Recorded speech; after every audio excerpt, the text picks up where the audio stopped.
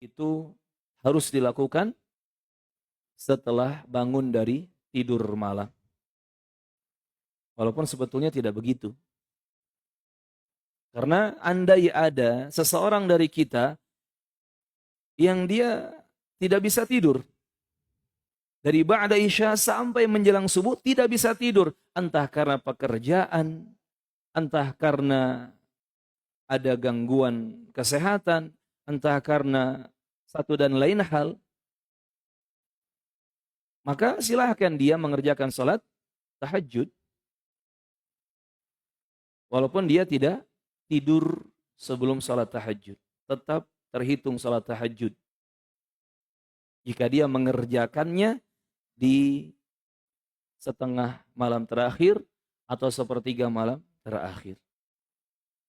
Yang pasti sholat malam qiyamul lail termasuk tahajud dan witirnya bisa dikerjakan di waktu malam.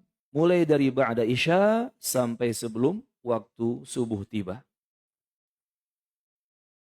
Dan kalau kita melihat bagaimana keadaan as-salafus salih, para pendahulu kita yang salih, rahimahumullahu ta'ala, kita akan melihat suasana yang hebat, suasana yang luar biasa dari mereka, khususnya ketika mereka mengamalkan qiyamul lail atau salat malam.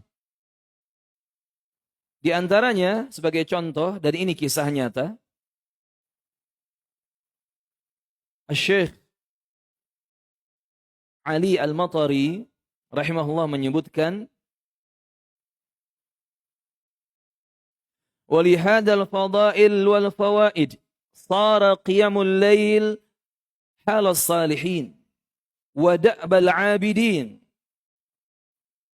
Karena berbagai macam keutamaan dan keistimewaan serta manfaat dan faidah yang ada di balik qiyamul lail, yang ada di balik salat malam,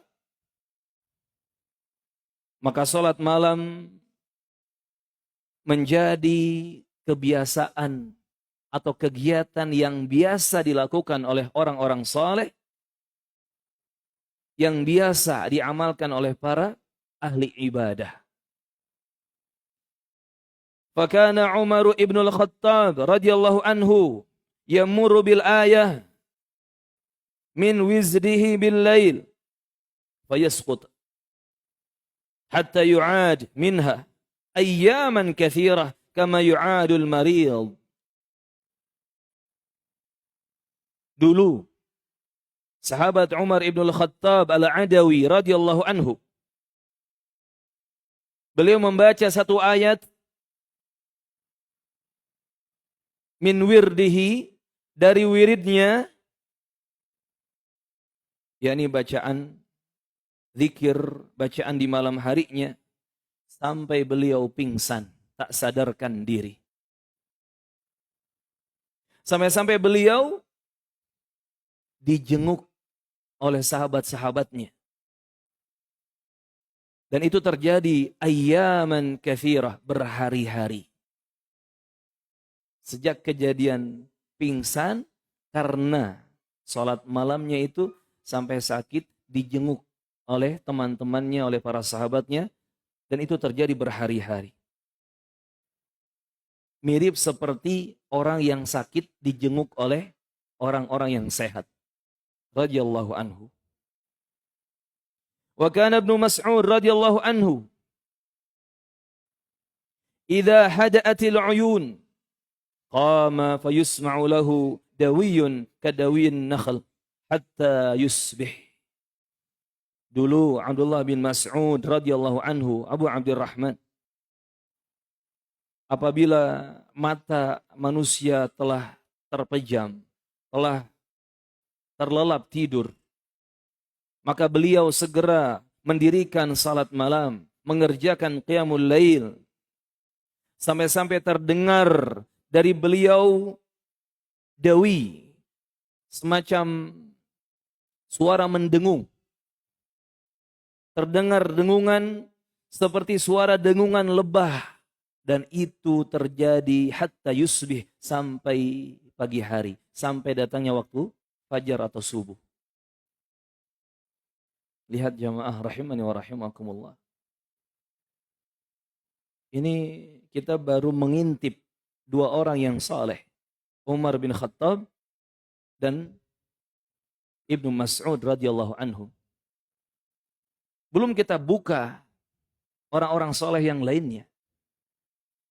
Maka terbayang bagaimana juhudnya, bagaimana kesungguh-sungguhannya Umar bin Khattab mengerjakan qiyamul lail, salat malam. Sampai jatuh, pingsan, tak sadarkan diri, dan setelah itu sakit beberapa hari. Berarti di malam-malam sebelumnya, bukan hanya satu malam, di malam-malam sebelumnya beliau sudah terbiasa mengerjakan qiyamul lail yang luar biasa. Karena nggak mungkin sekelas Umar bin Khattab baru sholat malam semalam saja sudah langsung pingsan, nggak mungkin. Tetapi beliau sudah membiasakan diri dan setiap malamnya sholat tahajudnya luar biasa. Ibnu Mas'ud juga demikian radhiyallahu anhu. Dan hampir semua sahabat, mayoritas mereka betul-betul memuliakan sholat malam. Karena itu yang diajarkan oleh Nabi kita Muhammad sallallahu alaihi wasallam kepada para sahabatnya. Ingat hadis yang sahih yang diceritakan oleh ibunda kita Ummul Mukminin Ummu Abdillah Siddiqah bintu Siddiq, yaitu Aisyah radhiyallahu anha, yang kita bersaksi di hadapan Allah bahwa kita mencintai ibunda kita Aisyah radhiyallahu anha, walaupun ada orang-orang yang enggak suka kalau kita cinta kepada Aisyah. Ada enggak orang yang enggak suka sama Aisyah? Hah? Ada. Bahkan banyak. Siapa mereka? Syiah. Orang-orang Iran. Makanya dengan ributnya Iran bersama saudara kembarnya, kita nggak usah ikut-ikutan sibuk dengan berita. Biarin saja. Hancur-hancur sekalian. Allahumma amin. Karena Syiah dan Yahudi terlahir dari rahim yang sama. Dan hati-hati, di Indonesia ini orang-orang Syiah mulai berani unjuk gigi. Apalagi nanti di 10 Muharram, hari Ashura. Padahal ajaran Nabi Muhammad sallallahu alaihi wasallam simpel, Tasu'a, Ashura, 9, 10 Muharram, puasa sunnat, kan gitu.